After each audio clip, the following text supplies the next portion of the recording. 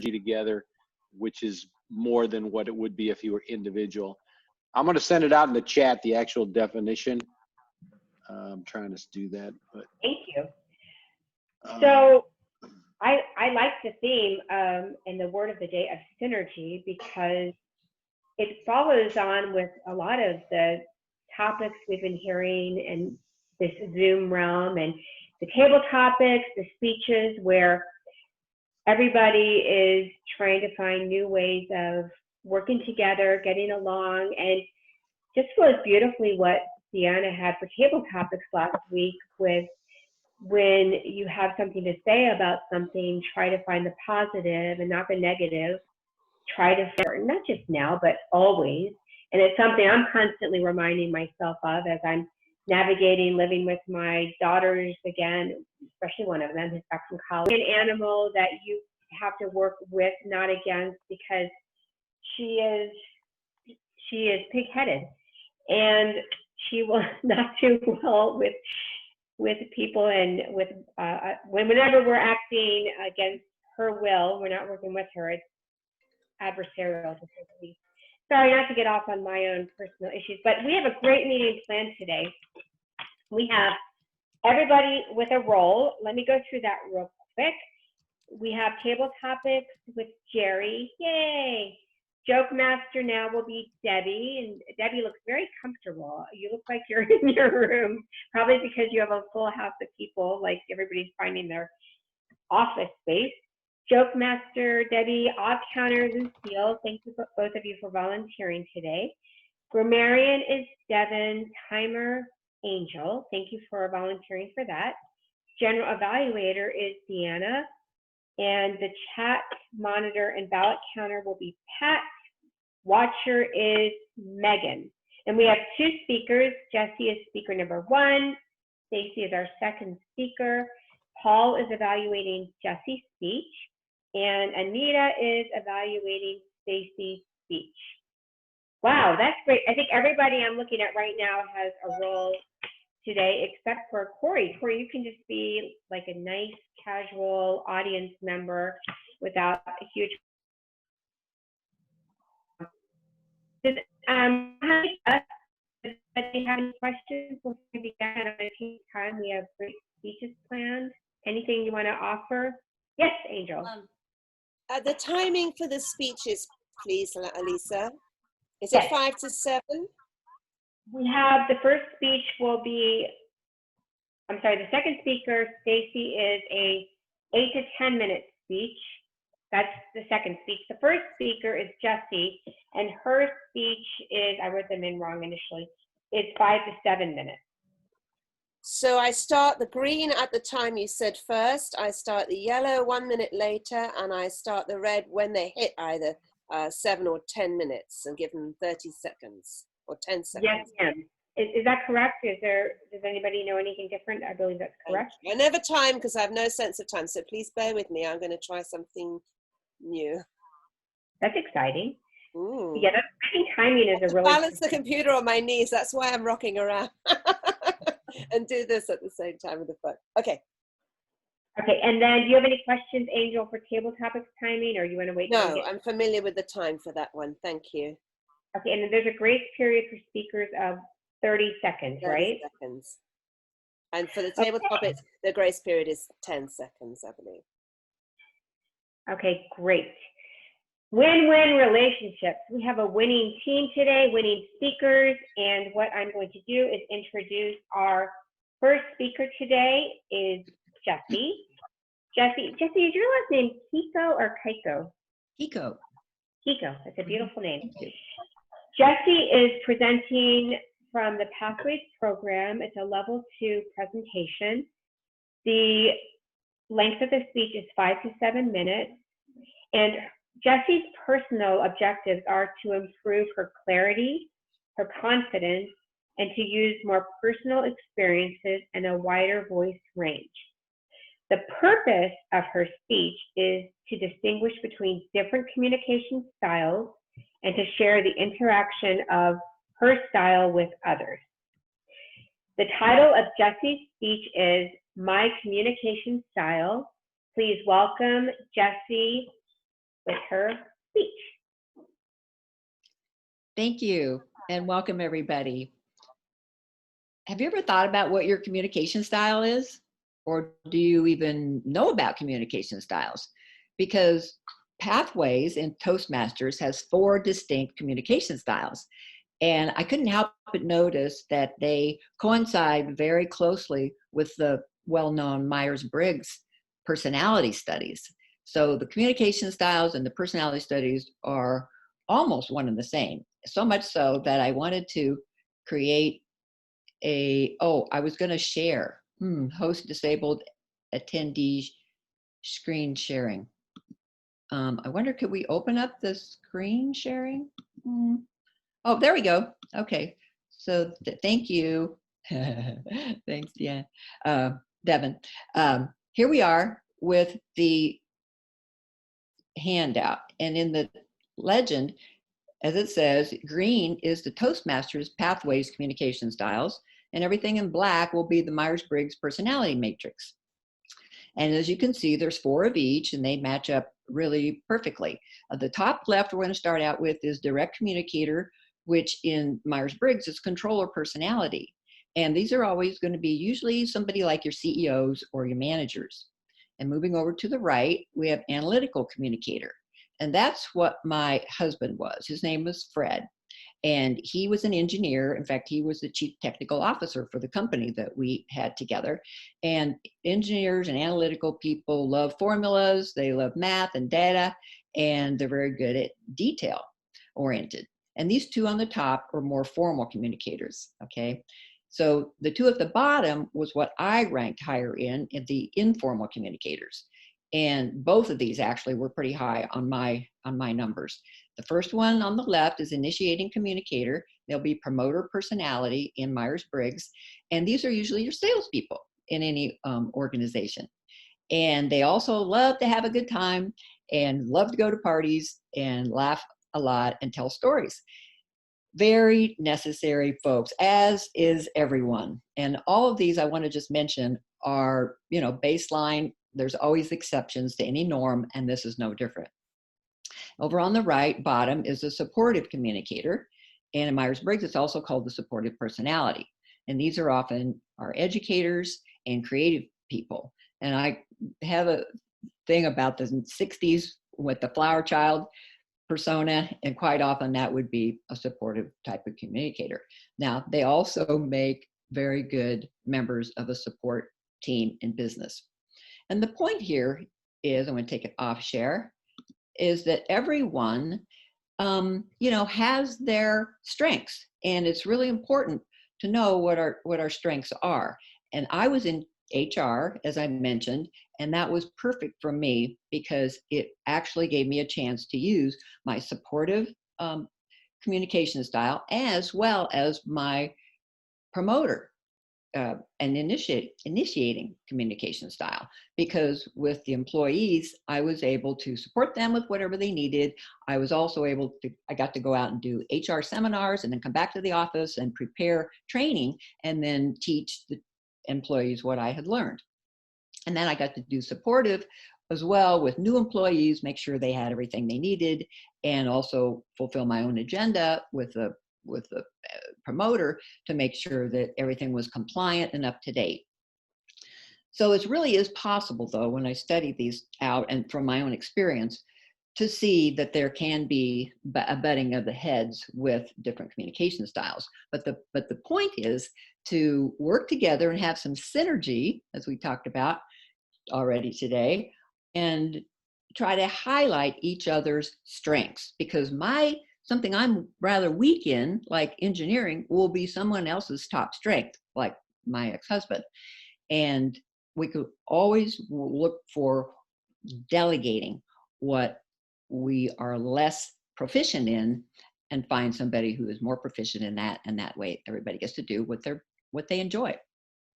I had an example of this going into the break room, say, when my husband and I would come back, say, from a weekend, and we would be in the office early one Monday morning, and I'd be in the break room chatting with other supporters and promoters, and in might come a CEO or an engineer. And they, on the other hand, would just be happy usually just to grab their coffee and go back to work. So it just takes different kinds of people. And Fred actually caught on to this. And he said to me, he said, you know, you're in HR and you enjoy talking to people.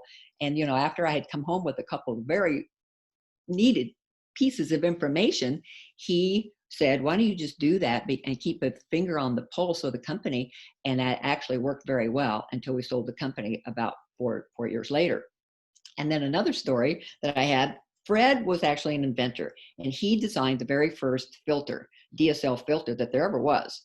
And before the prototype was even created, and it was fairly early in our marriage, I said to him, I said, what does that thing do? And he said, he launched into a really detailed, as a typical analyzer would, about how he made it and what was inside of this. And I said, well, that's really fascinating, but I need something that I can tell people directly so that I can talk to the lay people about this.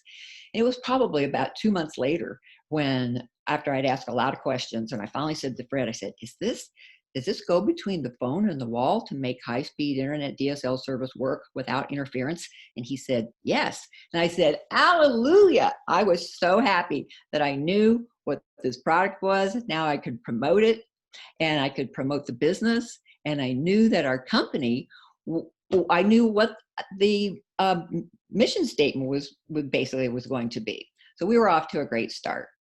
And it just goes to show how we can create that synergy between everybody at the same time.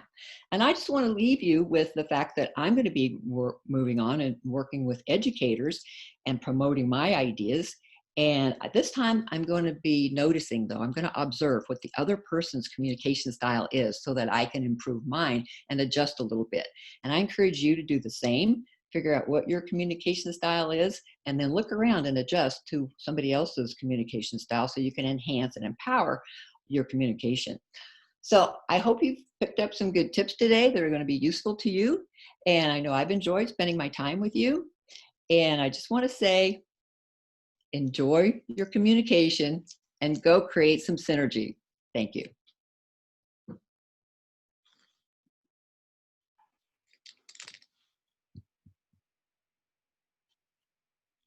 I really brought in elements of your speech with today's theme and the word of the day. That was perfect. Please take a moment to write some comments for Jessie in the chat box. And also, if you can, copy and paste those comments and send her an email. Or Jessie, what I would suggest is copying and pasting any comments you want to keep yourself. And what I've been doing is been copying them to my speech, so I have a record of it, if you wanted to, because I think the only times I'm getting the only emails I get are from a few people, which is fine. People are busy, so it's one more thing they'd have to remember to do. But if you can, just send her a few comments. And I like the format I saw. I think it was from Deanna, and she wrote things she really enjoyed about my speech, some takeaways, and I think she wrote some things that I might want to watch for my next speech. I really liked the format she used. And then we'll give you a minute for that, probably coming up on a minute.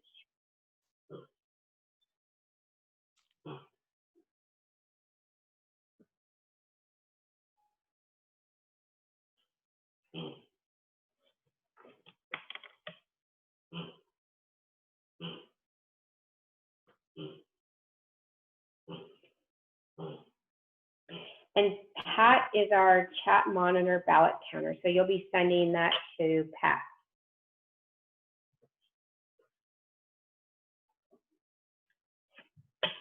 Okay, about 5 more seconds or so, and we'll go on to the second speaker.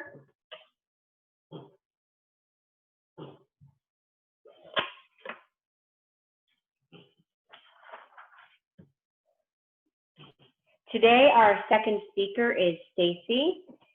Stacy is working on her manual from the older program that I'm finishing. Stacy, what is the manual you're working from? It is the interpretive reading. And it's communicator, it's the Advanced Communicator Gold series. Items, thank you. Stacy's giving an oratorical speech. Their objectives of Stacy's speech are to understand the structure of an effective speech and to interpret and present a famous speech. The title of Stacy's speech, What Libraries Mean to the Nation, is a speech written by Eleanor Roosevelt and presented at the District of Columbia Library Association dinner, April 1st, 1936. Again, it's 8 to 10 minutes, and the title of Stacy's speech is What Libraries Mean to the Nation. Please welcome Stacy. Thank you. It has been a great pleasure to be here this evening and hear all the things that have been said about libraries in the district and in general, the librarians with whom the libraries would be of little use, I am afraid. But as I sat here, and I fear that I have thought a great deal about the fact that there are so many places in the United States that have no way of getting books and have no libraries. What the libraries mean to the nation is fairly obvious to all of us, especially to those who are here this evening. We know that without libraries, without education, which is based largely on libraries, we cannot have an educated people who will carry on successfully our form of government. And it seems to me that what we are really interested in is how we can make this country more conscious of what it has not got. Because we do pat ourselves on the back for the things that we have and that we do. I was looking over some maps, and I long to have these maps very much enlarged and put up through many, many places in the country, because I don't think that many people know how many states do not spend more than 10 cents per capita for library books a year, and how many states have large areas, particularly rural areas, where one cannot get books. One of the things that I have been particularly grateful for in the years of the Depression, and I think sad as it has been, we have some things to be grateful for, is that we have discovered so many things that we had not known before. These facts have come to the knowledge of a great many people who had simply passed them by before because they did not happen to think about them. And one of these things that we used to be able to hide is the areas of the country which are not served in any way by libraries. I have seen the photographs, for instance, of girls going out on horseback with libraries strapped on behind them, taking books to children and grown people in places that have been without libraries. We know a good deal about Mrs. Breckenridge's nursing service in Kentucky, but we know very little about the libraries that go out in the same way that her nurses do, on horseback. I have lived a great deal in the country and prides itself in spending much money on education. And I'm quite sure that some people think there's no lack of education and no library or no lack of library facilities. And sometimes I long to take people and let them see some of the backcountry districts that I know in New York State.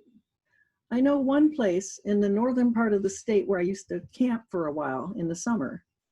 And I went back to the school and talked to the teachers. They're using school books which have been passed down from one child to another. They have practically no books outside of the textbooks. The children in the district are so poor, and some of them so pathetic, that I suppose the struggle to live has been so great that you could not think much about what you fed the mind.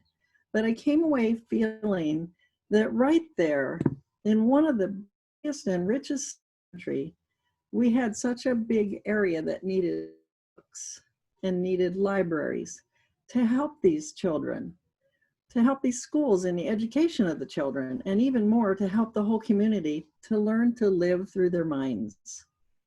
We are doing a tremendous amount through the home economics colleges to help people to learn how to live in their homes, to better their standards of material living. We have got to think in exactly the same way about helping them to live mentally and to attain better standards. And we can only do it through the children. We can do groundwork with the children. We must begin with them. But we've got to do a tremendous amount with older people. I had a letter the other day which was pathetic. It was from a man who said he was 74 years old. He wrote to ask me to see that the adult in that particular community were not stopped because it had meant so much to him to learn to read. He did not think that I could understand what it meant never to have been able to understand a word from the printed page. He said, I'm not the only one. My next door neighbor is 81 and he just learned to read last winter, and it just made life over for us. It gave you the feeling that there's a good deal of education that's not being done in this country, and in spite of all that is done. We've come along. We've done a great deal, but we still have a lot that can be done to improve our educational system. And we still have a tremendous amount to do with our libraries. We've got to make our libraries the center of a new life in the mind, because people are hungry to use their minds. We're facing a great change in civilization, and the responsibility, I think, for what we do with our leisure time is a very great responsibility for all of us who have intellectual interests. Somebody said to me, I would not be so worried, and I would not mind facing the fact that we are only working fewer hours. If I only knew what people would do with their free time. I personally would not know what to do with myself if I only had to work 6 hours a day. That is a challenge. We, here in this country, ought to know what to do with our time if we have it. I do not know whether we are going to have it, but if we are going to have more leisure time, it is the library and the people who live in the libraries and work in the libraries who are going to lead the way, who are going to give other people the curiosity and the vision of useful things and pleasant things and amusing things, which can be done in those hours in which we may not have to work or have worked before. It is a great responsibility, but it's also a great interest. Now, what I think here in the city of Washington and in nearly all big cities, the problem is a different one from the one I know so well in the country districts. I think that perhaps there are more facilities, and for that reason, there are more stimulating people engaged in solving different problems that affect education in the cities. But there's a great need, a very great need in rural America. There is a great need for imagination in the ways used to stir the interest of old and young to use what library facilities they have and to insist that they shall have more and to make them willing to pay for more. In the end, they will get something they want out of it. The more I've thought about the problem, the more I've felt that we do not use all our opportunities to stimulate interest in books. Everything today in which people are interested, the radio, the movies, all of these should, if properly used, stimulate the use of books. For instance, if there's a remarkably good movie like The Life of Pasteur, it seems to me that it should be used by people in our rural schools and rural libraries to create an interest in the life of Pasteur, the things that Pasteur did, the people around him, and all the discoveries that have come from that time on. I am sure that if we put our minds on it, there are a great many ways in which we can use the things which are coming constantly into the lives of people throughout the country to stimulate an interest in the oldest and most interesting recreation there is. But you do have to learn to love books. You do have to learn to read them.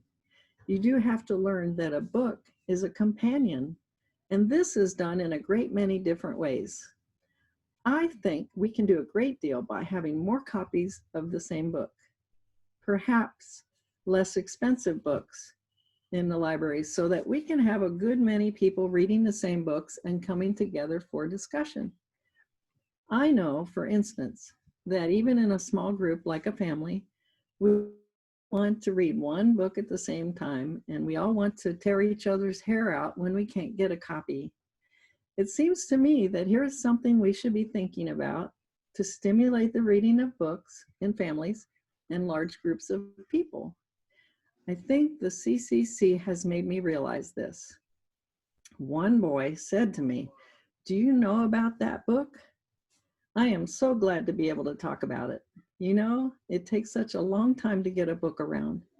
Now, if there had been a dozen or more copies of that book, the group would have talked about that book, and it would have been a valuable contribution. It would have stimulated their intellectual thought. I feel that the care of libraries and the use of books and the knowledge of books is a tremendously vital thing, and that we who deal with books and who love books have a great opportunity to bring about something in this country which is more vital here than anywhere else. Because we have the chance to make a democracy that will be a real democracy, that will fulfill the vision of that Senator King has just given us. It will take, in our part, imagination and patience and constant interest in awakening interest in other people. But if we do, I think we shall find our love of books will bring us a constantly widening audience and constantly more interesting contacts in whatever part of the country we may go. Thank you.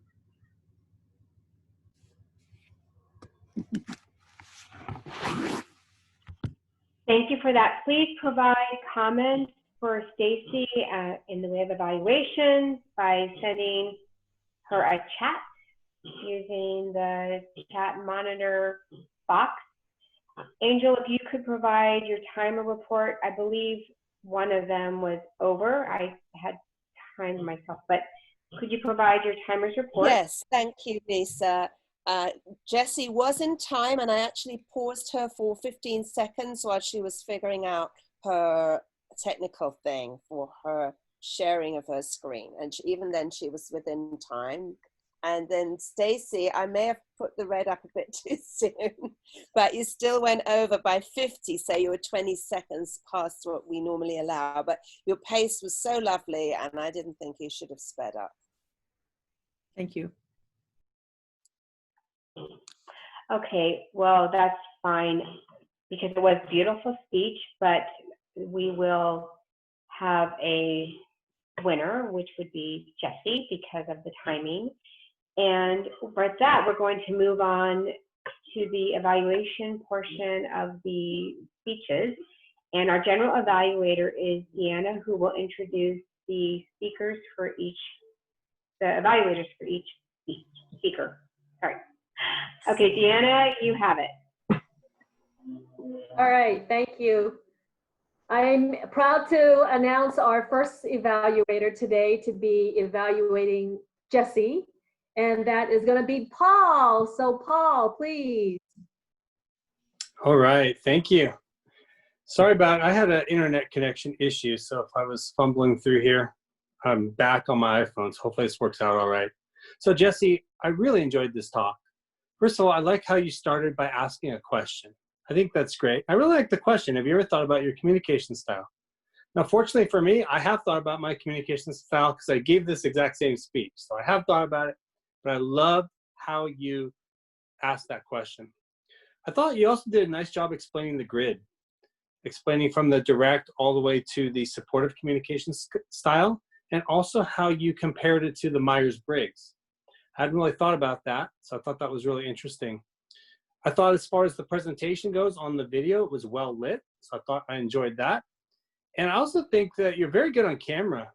Maybe you missed your calling as a newscaster or something like that. It was really well done. What I'd like to see more of, I think there was just a small hiccup or snafu with the demo. I've noticed that on the right-hand side, it was like 3/4 of the demo was the Word doc, and then there was a little bit on the left-hand side. Maybe you can make that full screen so we can all see it.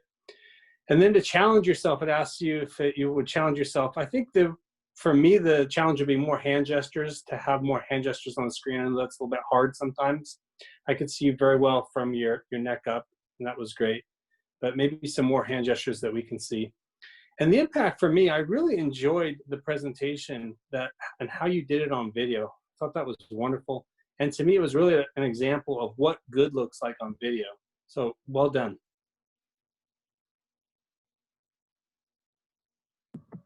Fantastic. Thank you so much, Paul. And I would like to virtually bring up our next evaluator, and that is going to be Anita, who will be evaluating Stacy. Thank you. Stacy, I loved your speech. I thought it was so ambitious to address that important speech in this amount of time. And I think that you knew that you might run over. And I thought it was pretty incredible that you spoke at a very good pace so that we could understand what you were saying through the whole thing.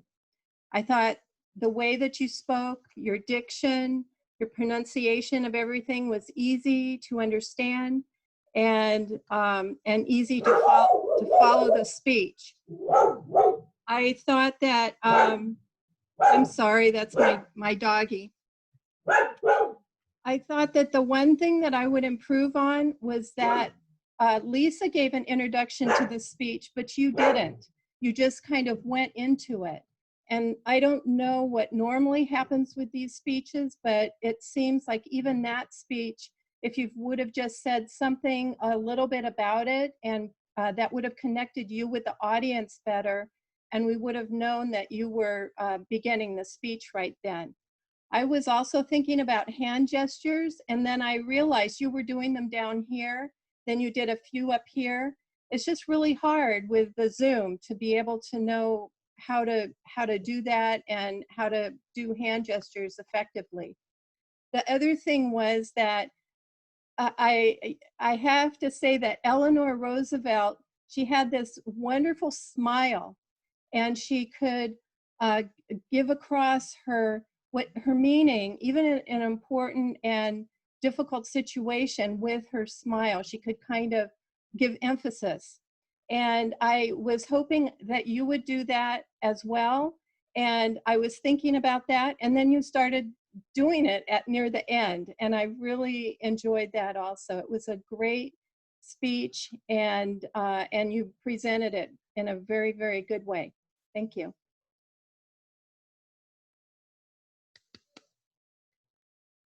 Thank you. I'll go ahead and turn this back over to our Toastmaster. Thank you so much, Kiana.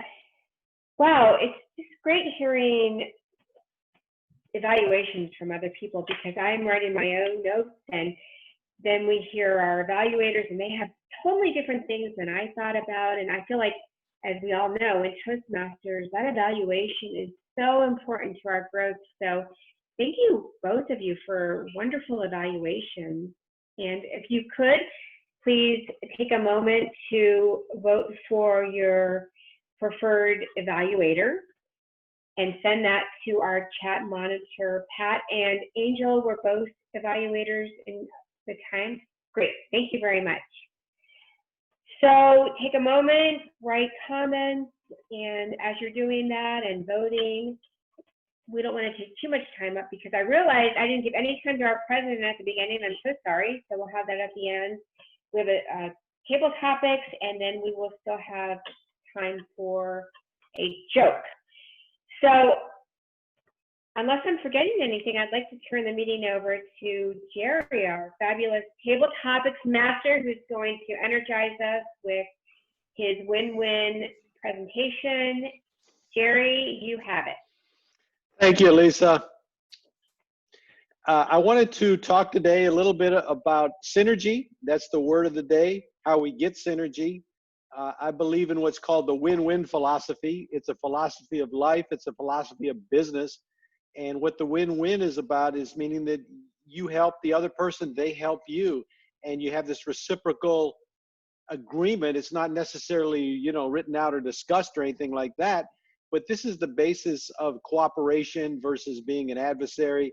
It's also the basis of most people that are successful will tell you they don't do it by themselves. It's always done as a team. And a lot of times that's why we play team sports too. We get very excited because the team is better as the people come together. It's stronger than the single person. So I wanted to ask today a few questions about this to see what people think about it, where in their life have they experienced some synergy, where have they seen the win-win, whether in their business life, personal life, in their speaking, career or whatever, and discuss that a little bit. So the first person I want to ask, let's see, is Debbie.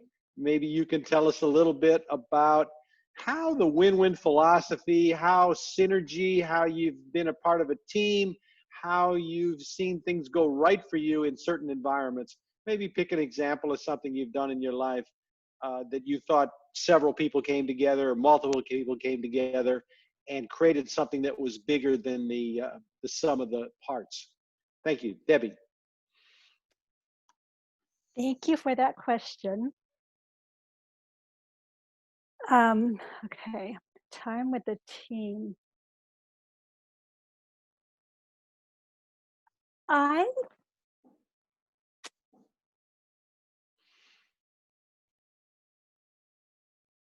Okay, I'm really embarrassed because I'm like completely drawing a blank, and it's a really good question, Jerry. I honestly feel like I don't work on teams a lot, and that's probably not true. I'm probably working with teams all the time. I feel like in my job, it's always been just me, kind of separate, the accountant in their separate little spot while everybody else works together on the job. Maybe I'm trying to think of a family situation.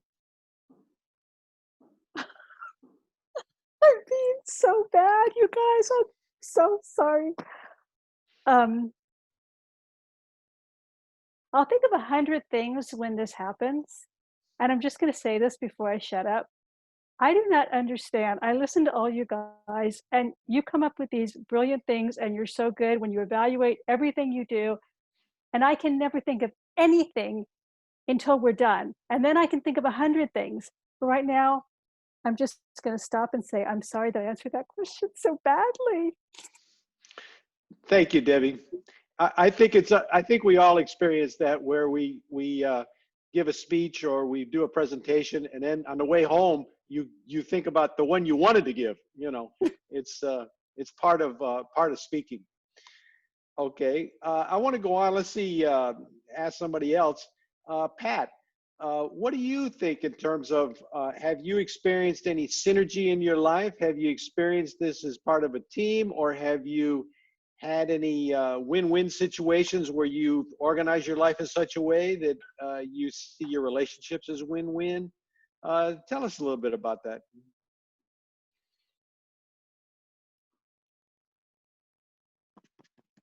You're muted. Okay. Thanks, Jerry, for the question. While I was listening to Debbie, I was looking around my room, and I saw, like, I have a guitar, and I thought of, that's a good synergy when you get together and play music with someone.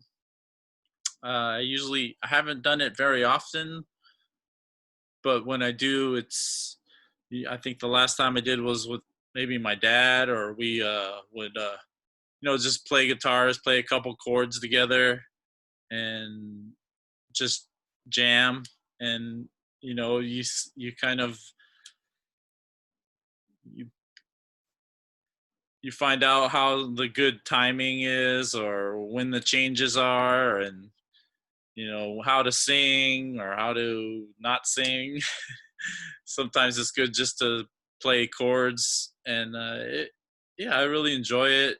Whether it's just playing a tambourine or playing a guitar, because it's just you get to enjoy the time with other people, and you it's kind of a meditation thing too, like playing music. And it just reminds me of Chris Rock had a comedy show, and he said that in any relationship, you got to know when to be the supportive part of the relationship, and then you got to know when to be the lead part of the relationship. Like sometimes you're playing the guitar and sometimes you're just on the side playing that tambourine. So thanks. All right, thank you, Pat. Okay, Devin, maybe you can give us an example in your life where you have developed synergy in business or in teams or in any part of your life that you like to talk about, where the win-win philosophy has worked for you. Yes, thank you. I love this topic. This is actually very much in line with kind of our values as a company when we established them.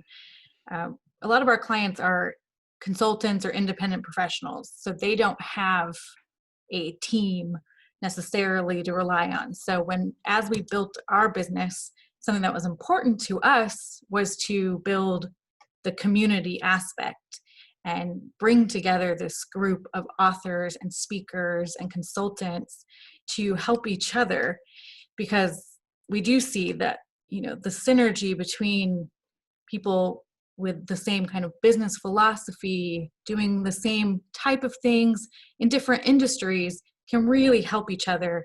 And we find, some people have a real scarcity mindset where they don't want to share. But we take the other approach, that there's plenty of business to go around and we all kind of rise together. And the more generous you are and helpful to other people, the more that will come back to you. So we really do feel like that, relying on the win-win and, looking for synergy is going to pay off. Thank you, Devin. Okay, let's go with another one. How about Corey?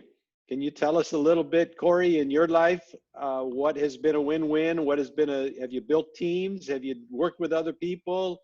What do you think about synergy? If you have an example, maybe you could share of where synergy has really helped you? Yeah, I do. Thanks, Jerry, for that question. I really like this topic a lot. And what came to mind is negotiation. I think with real estate or contracts, there's a lot of negotiation that's involved. And what is negotiation? Negotiation, the best negotiation is when both sides win. And when you think about it, is how can both sides win? Isn't there always a winner and a loser?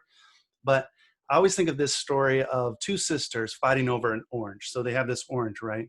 And one sister says, it's mine. And the other one is mine. It's mine. And the parent comes in and takes the orange and says, if you can't get along, no one gets the orange. But if they just had some communication and talked it through, maybe they would both win. Maybe one sister wanted to use the orange to make orange juice. Maybe the other sister wanted to use the peel or the rinds to make jelly. So if they just communicated and they were able to discuss what they wanted, maybe both would win. That synergy of communicating and expressing what you want is really important. So that's my story on win-win and how to negotiate. Thank you, Corey. Okay, I think we can do a couple more. Lucille, maybe you could tell us a little bit about how the win-win has affected you in business, how you've developed synergy, or how you've done this in your personal relations or in any kind of other aspect, maybe sports or whatever you've done.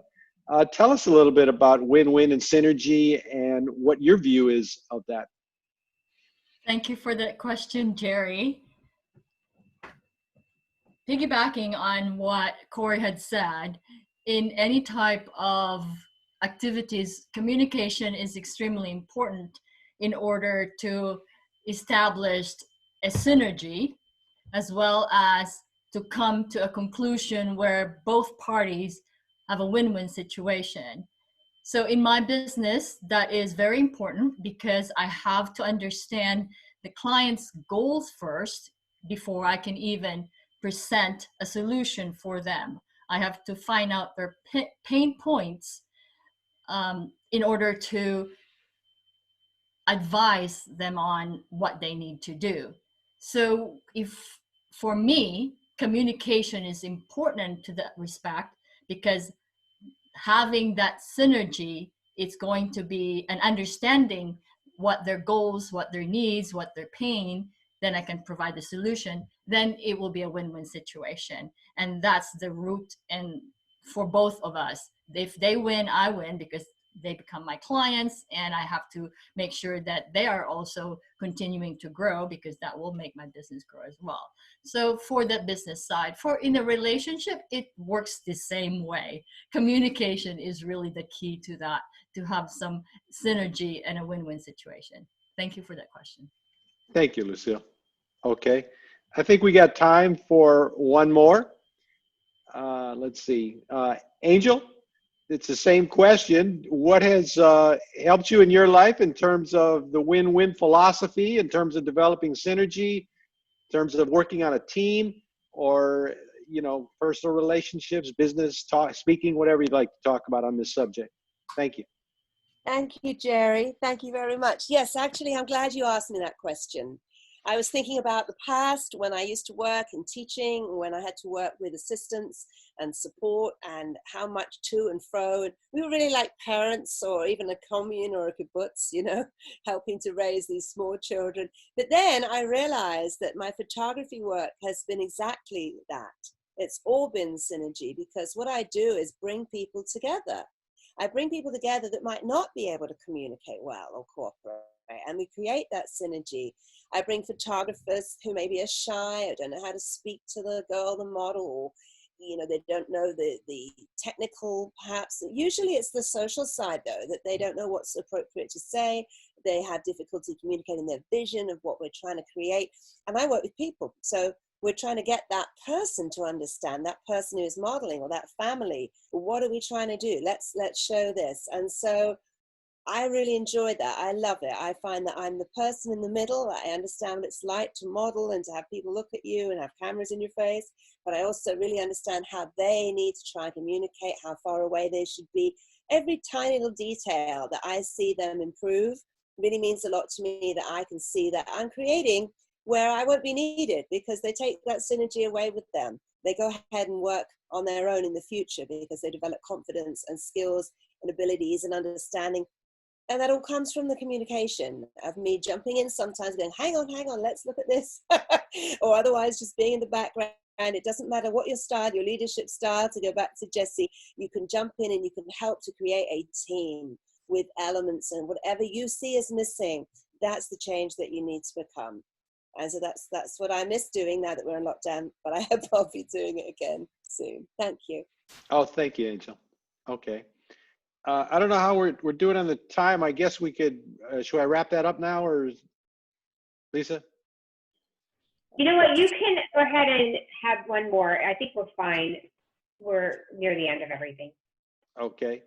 Deanna, maybe the same question to you. Can you tell us a little bit about your philosophy of win-win, synergy, team building? You know, how has that affected you in your life, and has it worked for you in different aspects? Thank you, Jerry. Have you guys heard there is no I in team? And for us to all have a win-win situation, we need to work together as a team, whether it's at work, in your family, your personal relationships, in your recreational activities. One thing that I can think of is when I am with my outrigger paddling group, is that we have to work as a team. And that canoe has 6 seats in it. And each seat serves a different purpose, whether that first person is stroking and setting the pace, or whether it's the last person who's steering the canoe, or the people in the middle. Each person is equally as important. And to have that synergy when everybody is paddling at the same time is when I notice that we move the fastest, we're most consistent, and it's also the most fun. So it's something that you can't just do by yourself, but it's something that you have to do together with your team. Thank you. Thank you, Jerry. Deanna. Okay. I'd like to turn the meeting back over to Lisa now. That was so much fun. Thank you, Jerry. Jerry, I have to say, you look really great in the camera also. You look like a sportscaster with your headphones and you're centered and your shirt and your background. And you look really great. Thank you. That was a lot of fun. And it's a tough decision for voting today, that's for sure. Angel, did everybody fall within the time? Yes, thank you, Lisa. Absolutely, everybody qualified. And Devin, did everybody remember to use the word of the day? Everyone except for Debbie at the beginning. So Pat, Devin, Corey, Lucille, Angel, and Deanna. Great, thank you. Well, I've said 3 times. I hope somebody got that.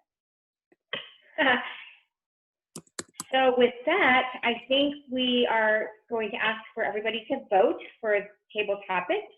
And please send your vote for the favorite table topic to Pat. And we will go on to the reporting segment of our meeting and then turn it over to Devin for her President's Corner. Oh, before that, we will do a joke. Actually, let's do the joke now before we do the and grammarian and general evaluator report. Debbie, you have a joke, right? I do. Yay, okay. Debbie has something to say. Redeem yourself, right? Which, yeah, really, I'll try. All right. So a doctor is talking to his patient and he says, I have bad news and worse news. And the patient says, what's the bad news? And the doctor says, you have 24 hours to live. And the patient says, that's the bad news? What's the worst news? And the doctor says, I got the test results yesterday. Oh, that's cold. Oh, that's great. You redeemed yourself beautifully. Nice job. What a fun meeting. With that, we will go on to give for evaluation of the meeting, or is that after the report? Does it matter? Sorry, I would do the reports next because then they can judge on how you handle the reports as part of their evaluation. Exactly. Watch yourself, Deanna. All right. Could I please get a report from the counselor? Sure. Let's see. Let's start with the speakers. Stacy, nothing because you were reading. Jesse, I'm paying very attentive. I was very attentive. You have a little bit more of the ahs and ums, so watch out for that. That's more than 5. And then I know this is myself as well. I use and I tend to just connect things, but there are times that and shouldn't, you can just stop it without using it in the first beginning of the sentence, and you have been doing that quite a bit. So you have a little bit of that, and then you have also some Xerox, you said with but, and a little bit of false start. So nothing for Paul. Anita, the ahs and ums, you've got more than 5, and also the and then 1 false start. Debbie, you've got 4 ahs and ums. That's about it. Pat, you've got the and as well. You tend to start that with a sentence. You got 4, and then you knows. You like the you knows. Devin, 3 ahs and ums, 1 so, and 2 and 1 you know. Lisa, just a false start. Jerry, your favorite ahs and ums, more than 5. Corey, you got 1 Xerox, 3 and, 2 so's. You almost did not have an and you started it at the end. You just said right before you ended. So you have 1 And I think I got 1 or 2 ums. I can't remember. Nothing for Angel, nothing for Deanna. Thank you.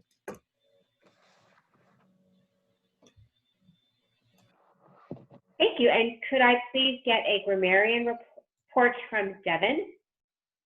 Yes. So great use of the word of the day in table topics. Not only was it was used properly, which is good to see. I didn't really catch much incorrect uses of language, but some interesting ones were Jerry, reciprocal, good word. For Jesse, I like how you really emphasized like hallelujah, like that was fun. And then it's not exactly grammar, but I think Corey and Deanna both showed really great uses of using a short story in a table topics and how you can squeeze that in. So I just wanted to highlight that. So, thank you.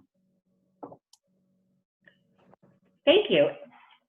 And Megan, would you please provide your watcher report?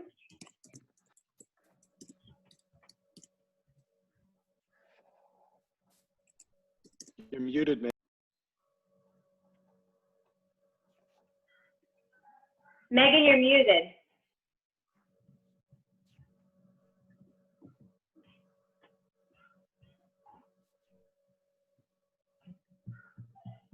You can hold the space bar. Okay, now I got it. All right. Okay. Stacy, Yes. can you hear me? Yes. Okay. Stacy, everyone gave just great kudos to others in their evaluations and their speeches. Yes, there are a lot of newscasters here. I mean, they all look great. And Jerry started that, but I mean, everyone was great.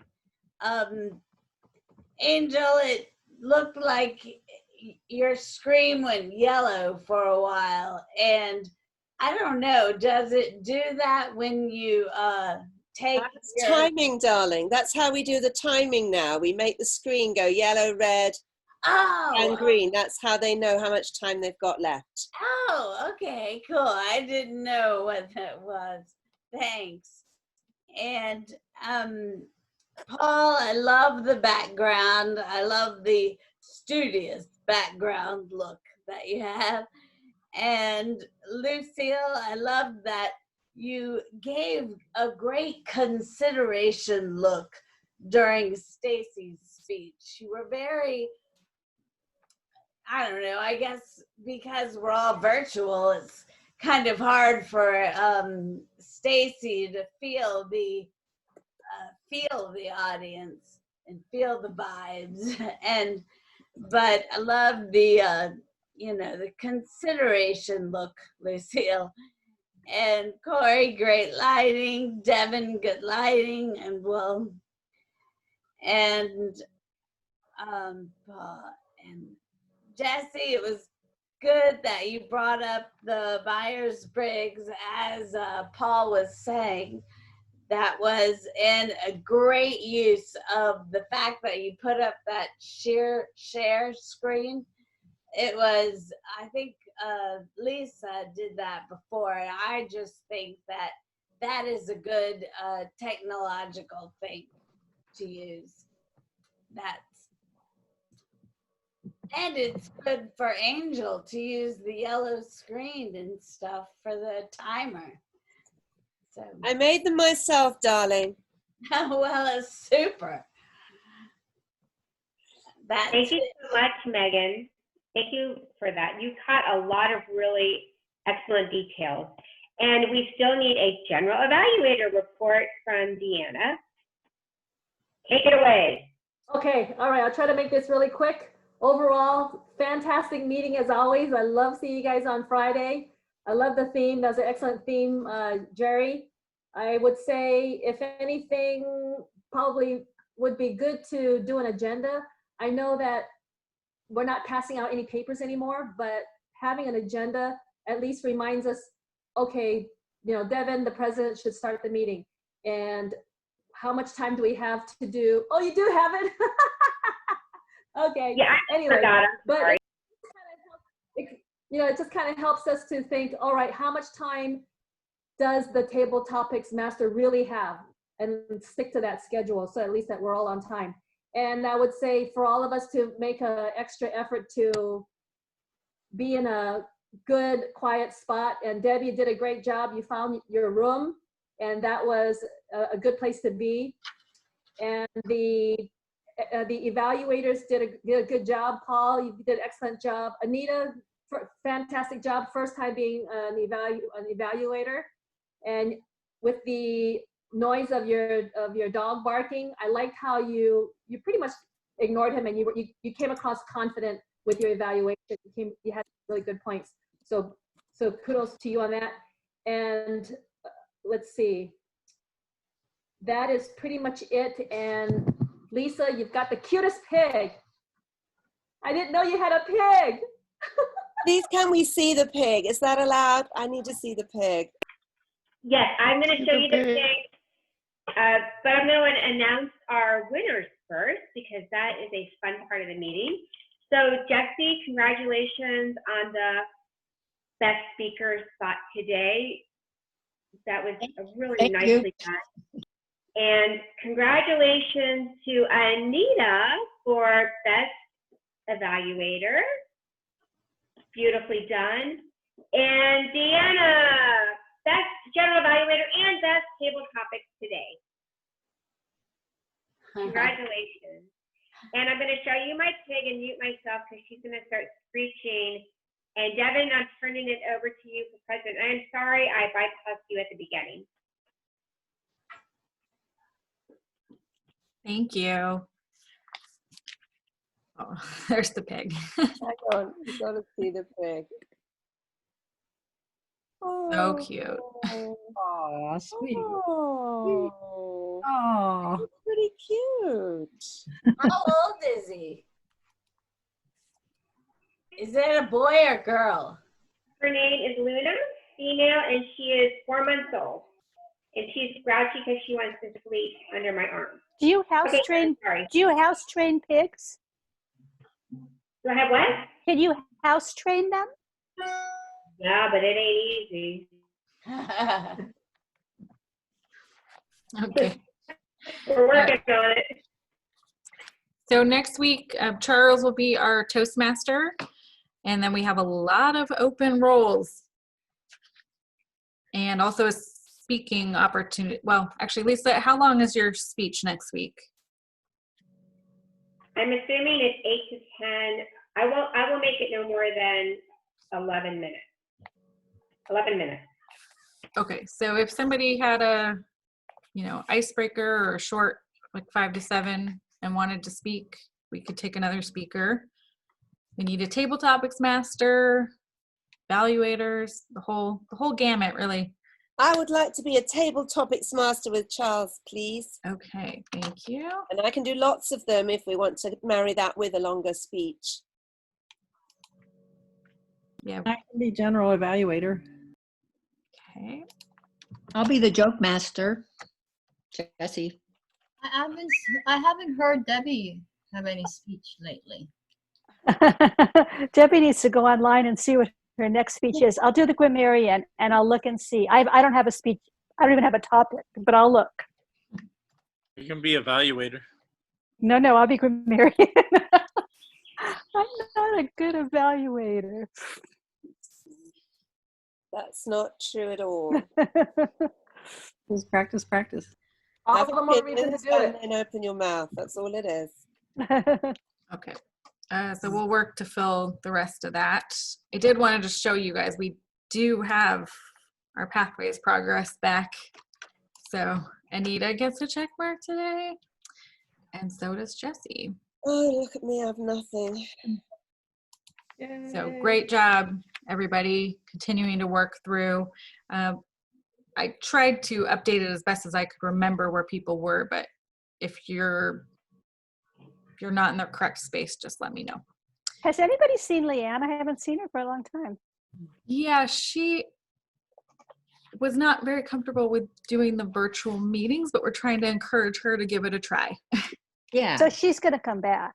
We might get the building soon. Do you think we're going to get feedback in there soon? So my hope is July. Oh, We it's know going to be for that long? sure. We know for sure not through mid-June. Carlsbad's already told us they're not. That's not happening. So possibly late June, maybe July. Can we impress upon them that we have a building where the doors are open?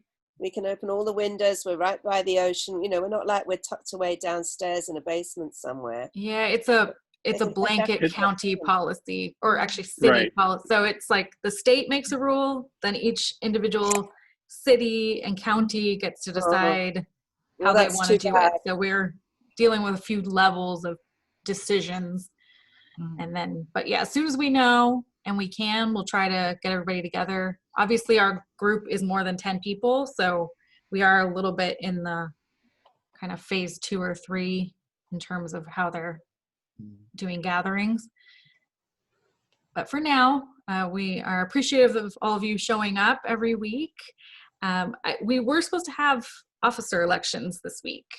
However, 1, we're over, but 2, we didn't get any nominations or volunteers.